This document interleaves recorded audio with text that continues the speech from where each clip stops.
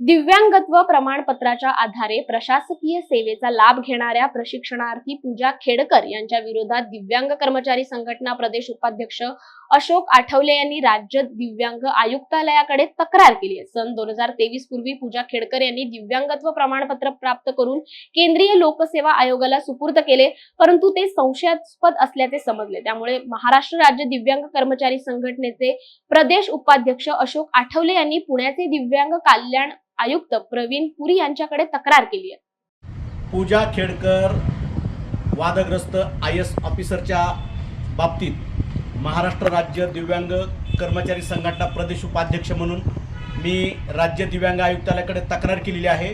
त्या तक्रारीमध्ये प्रशिक्षणार्थी पूजा खेडकर यांनी संशयास्पद दिव्यांगत्वाचं सर्टिफिकेट दाखवून दिव्यांगत्व आरक्षणावर घाला घातलेला आहे असं आम्ही त्या तक्रारीत नमूद केलेलं आहे।